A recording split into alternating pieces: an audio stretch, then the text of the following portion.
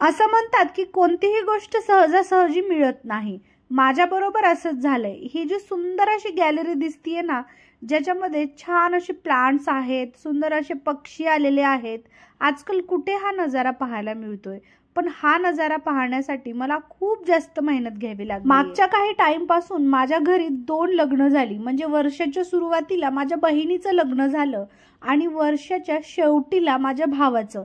त्यामुळे पूर्ण जो वर्ष होता तो माझा बिझीच गेला. त्यामुळे घरामध्ये जे गार्डन आहे त्याच्याकडे लक्ष द्यायला वेळ भेटला नाही. मागच्या वर्षी पावसाळ्यात मी खूप सारे प्लांट्स विकत आणले होते, जे मला आवडतात ते.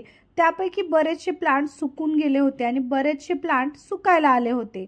आणि जी उरली सुरलेली होती त्याला कोणाला फुलं येत नव्हती किंवा कोणाचे पानं सुकायला आले होते. म्हणजे जसे पाहिजे होते तसे ते वाढत नव्हते. याचं मुख्य कारण म्हणजे आम्ही गॅलरीकडे खूप टाइमपासून लक्ष दिलं नाही. झाडांना पाणी देणं म्हणजेच झाडांची वाढ होते असं नाही. जमिनीमध्ये झाडं वाढवणं वेगळं आणि छोट्या छोट्या पॉटमध्ये झाडं वाढवणं वेगळं. पॉटमध्ये पटकन झाडं वाढत नाही, त्यामुळे त्यांची सुंदर अशी काळजी घ्यावी लागते. पाणी तर टाकणं गरजेचंच आहे, त्याबरोबर नेहमी झाडांवरती पाणी टाकलं पाहिजे. म्हणजे कुंडीमध्ये पाणी टाकणं वेगळं आणि झाडांची पानं वगैरे धुवून घेणं वेगळं. त्यानंतर झाडांना खत टाकावं लागतं, टाइम टू टाइम फवारणी करावी लागते, जेणेकरून त्यांना व्यवस्थित पोषण मिळेल आणि ते छान वाढतील. हे सगळं तर चालूच होतं, म्हणजे कधी टाकणं किंवा न टाकणं. याबरोबर गॅलरीमध्ये खूप सारा कचरा जमा झाला. आमची गॅलरी ओपन असल्यामुळे इथे खूप सारे पक्षी येतात, तिथे घाण होते. त्यानंतर इवा नेहमी गॅलरीमध्ये बसून खेळते. पेपर असो किंवा काही टॉईज असो, कुंट्यांच्या मागे जाऊन बसले होते आणि जेव्हा वारं येतं ते अगदी एखाद्या कुठल्या तरी कोंट्यामध्ये जातं. त्याच्यानंतर झाडांची जी पानं असतात ती पण खूप झाली होती आणि हे सगळं काढायचं म्हटलं तर सगळ्या कुंड्यांना हलवायचं होतं.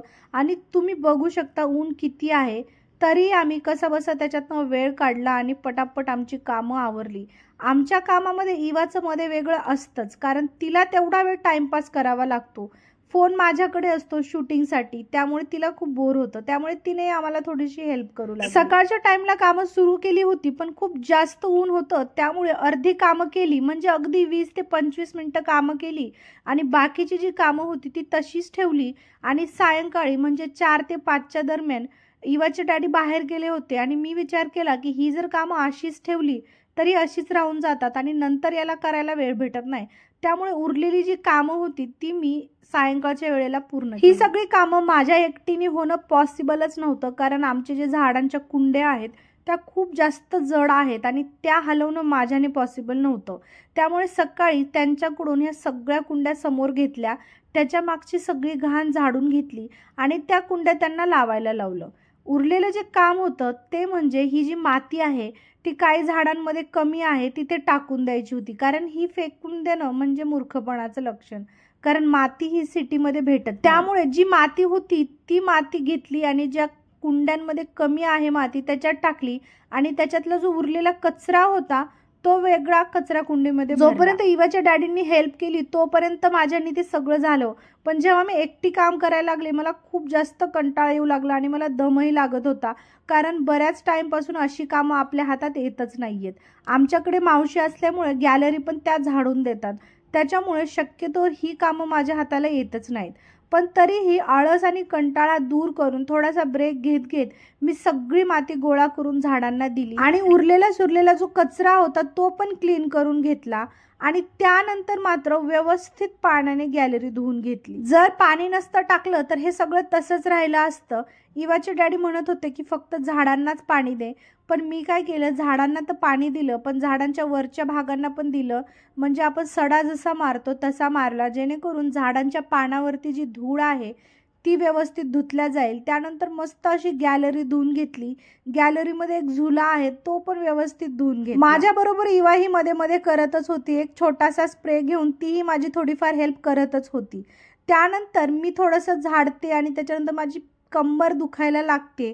हे बघून इवा ही तसंच काहीसं करायला लागली. मध्ये मध्ये ती माझी ऍक्टिंगही करत होती. तिला ते एक छोटासा स्प्रे दिला आणि तिला बोलले की तू झाडांना पाणी टाक.